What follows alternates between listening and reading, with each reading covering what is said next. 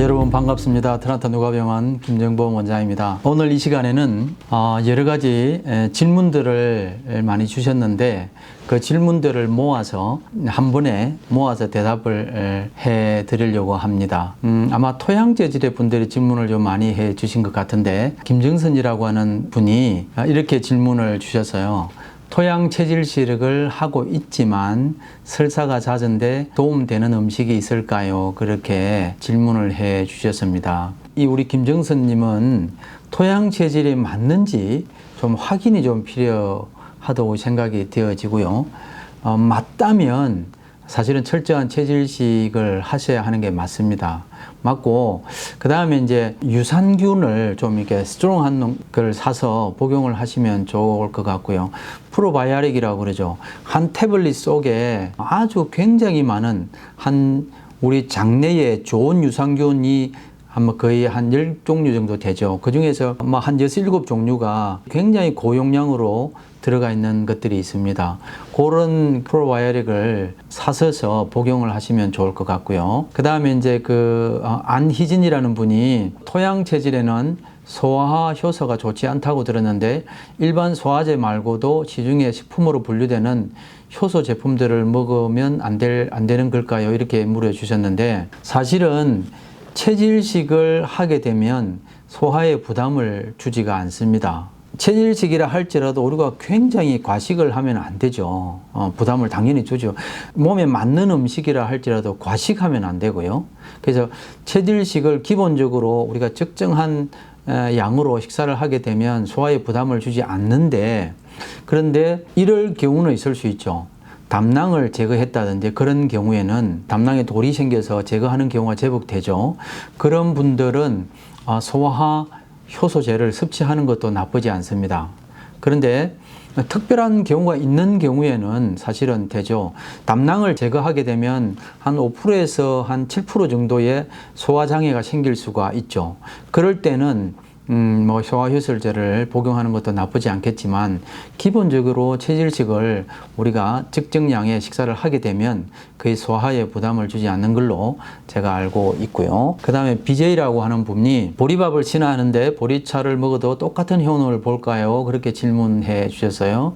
보리밥 정도는 아니라 할지라도 보리차 드시는 건 나쁘지 않아요. 근데 제가 생각하기에는 산수유를 보리오차처럼 달여서 이렇게 많이 마셔주면 훨씬 더 좋지 않을까. 보리차보다는 산수유 차를 그렇게 만들어서 마시면 더 좋은 효능을 볼 수 있을 것 같고요.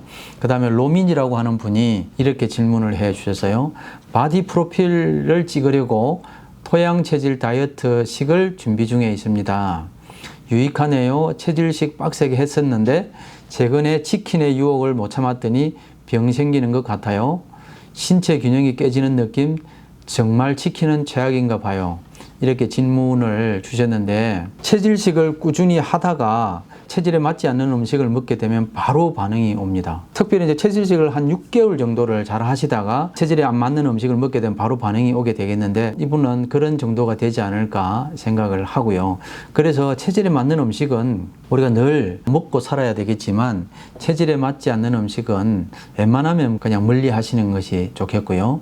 그 다음에 유수빈이라는 분께서 좋은 강의를 잘 들었습니다. 63세 토양인입니다. 퇴행성 관절염으로 무릎이 아픈데 무릎 관절에 좋은 단박약을 알려주시면 감사하겠습니다. 지금은 체질식을 잘 하고 있지만 작년까지는 체질식을 하는 둥 마는 둥 했어요. 제가 생각할 때는 이 세상에는 단박약은 없습니다.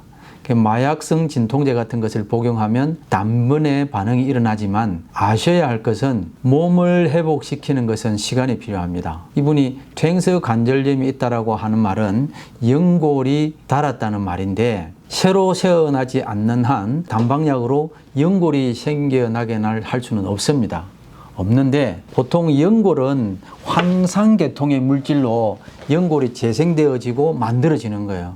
그래서 우리가 잘 아는 글루코사민 있죠? 글루코사민하고 콘드로이틴하고 MSM이라는 게 있어요. 그 다음에 콜라겐2가 있습니다. 그래서 글루코사민, 콘드로이틴, MSM, 콜라겐2 한 그 태블릿 안에 글루코사민, 콘드로이틴, MSM이 세 종류가 동시에 들어가 있는 제품을 구하시고 그 다음에 더해서 콜라겐 2를 구하셔서 최소한 2년 정도는 복용하시면 연골 재생에 큰 도움이 될 것이라는 생각을 합니다. 제 환자 중에 그런 분이 계셨는데 이분은 연골이 거의 다 자라서 정형외과에서 이분을 보고 인공관절을 수술을 받으라고 그렇게 권유를 했는데 이분이 콜라겐2를 드신 것 같지는 않고 글루코사민, 콘드로이틴, 이 MSM 이 종류를 3년 정도 드셨대요. 그래서 3년 뒤에 정형외과에서 사진을 찍어 보니까 거의 3분의 2 이상이 그 연골이 재생되어 가 있는 거예요. 그래서 정형외과 선생님이 믿지를 못하더라는 거예요. 그러니까 이분 같은 경우에는 제가 이렇게 드시라고 권유한 건 아니고 그 경험을 저희 병원에 와서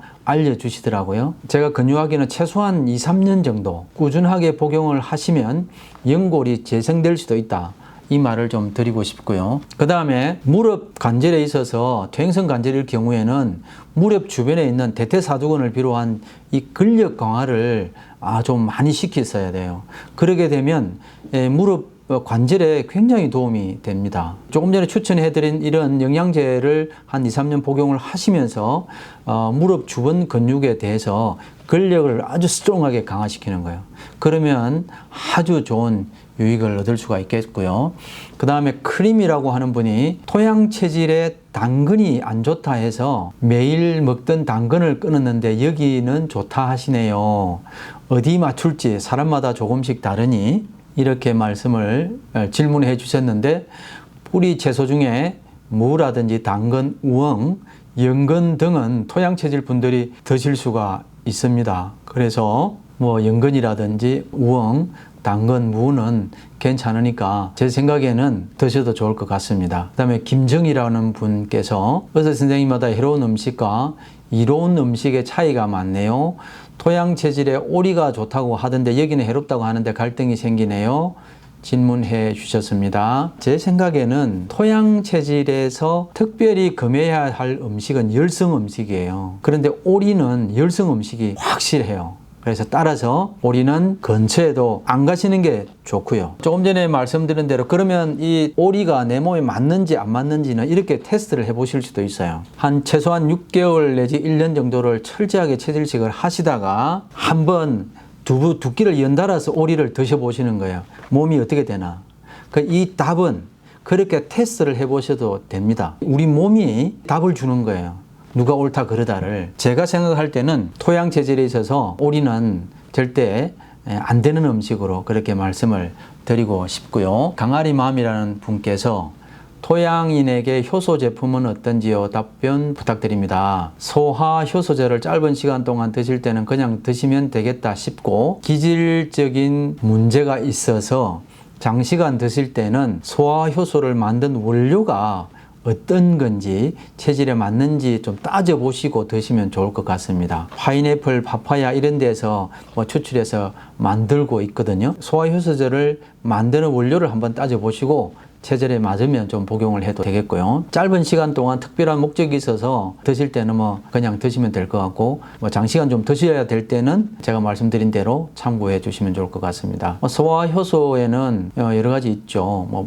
펩신이라든지 아밀라제나 락타제나 스크라제, 말타제 이런 것들이 있는데 펩신은 위액에서 발견이 되고 단백질을 폴리펩타이드로 분해한다든지 이런 여러 가지 것들이 있죠. 아밀라제 같으면 타육과 췌장에서 발견되어지고 전분을 말토즈나 이렇게 분해하고 탄수화물 전분 및 당분 분해에 이용이 되잖아요. 그래서 특별한 기질적인 문제가 있을 경우에는 적절하게 좀 사용을 해도 좋을 것 같아요. 박정은이라는 분께서 녹용 대신 토양인의 보약은 뭘 먹어야 할까요? 나이가 노년이다 보니 뭔가 몸을 보호하는 약재를 알려주세요. 감사합니다. 이렇게 하셨거든요. 그래서 제가 생각할 때는 녹용, 인삼, 홍삼 이런 것들은 토양 체질에 있어서 굉장히 해롭습니다. 차라리 보리밥이 보리로 만든 잡곡식, 보리쌀 60%, 쌀 한 20%, 팥이나 콩이나 요런 식재료를 이런 잡곡식을 해서 보리밥을 해 드시는 게 훨씬 좋습니다. 정 힘들고 피곤하고 힘들 때는 바다 굴 있잖아요. 바다 굴하고 돼지 수육이라든지 이런 음식들을 좀 이렇게 드시면 힘이 나요. 참고해 주시면 좋을 것 같고요. 그 다음에 그런 음식들을 보리밥을 매 끼마다 먹게 되면 매일 내 몸을 보호하는 음식들을 먹게 되는 거예요. 이 점 참고해 주시면 좋을 것 같습니다. 그 다음에 유민지라고 하는 분께서 토양 체질이라고 들었습니다. 근데 전 어렸을 때부터 변비가 있어서 막 4, 5일을 변을 안 봐도 불편감이 없는데 이럴 수 있나요? 체질을 한 번 더 확인을 해 보시는 게 좋을 것 같고요. 4, 5일 동안 변비가 있어도 불편함이 없다고 토양 체질로 진단을 받았는데 불편함이 없다고 말씀을 해 주셔서 맞는 체질 진단이 맞는지 제가 굉장히 의구심이 듭니다. 그래서 토양 체질이 맞다면 그러니까 이게 4, 5일 동안 뭐 변을 안 봐도 몸에 불편함이 없다 그런 일은 거의 없을 것 같습니다. 그래서 참고해 주시고요. 그 다음에 레이디 제이라는 분께서 금양 체질로 진단을 받았는데 다른 곳 갔더니 토양 체질이라고 합니다. 두 분 다 주장이 강하시네요. 어떤 곳을 믿어야 할지 모르겠어요. 변하지 않는 체질인데 왜 알려주는 곳마다 다를까요? 스스로 알 수 있는 특징적인 것이 있을까요? 제가 이런 상황이 생기면 굉장히 난감한데요. 체질의학에 있어서 제일 큰 장애 요인이 사실은 진단입니다.